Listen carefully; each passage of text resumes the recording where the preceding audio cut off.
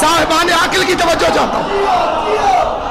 علی کے بارے میں بھونکنے والوں کہ علی کو سیاست نہیں آتی تھی، تم نے جو یہ بے دین کتے چھوڑ دیے تھے،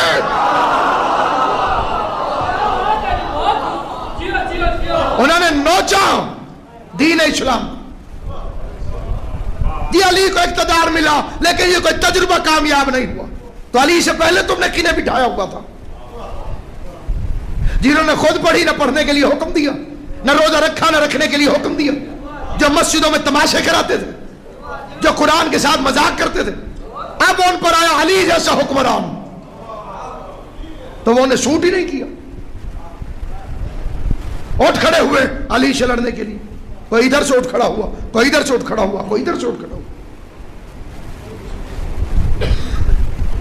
کائنات کے سب سے شہین ترین انسان تو علی ہے کہ جو اتنا سروائیو کر گیا، جس کا پیغام آج پہنچ گیا، اور آج علی کا علم ان جاہلوں کی موت ہے۔ یہ فلاں علی کے برابر، فلاں علی کے برابر، تو لاؤ کون سی صفت ہے جس میں علی کے برابر؟ تخت وہ تو فرعون کے پاس بھی تھا، خزانہ وہ تو قارون کے پاس بھی تھا، تلوار وہ تو نمرود کے پاس بھی تھی۔ اللہ چنتا ہے یا شجاعت پر یا علم پر۔ علی کے مقابلے پر کوئی ایک بہادر دکھاؤ اور علی کے مقابلے پر کوئی ایک عالم دکھاؤ،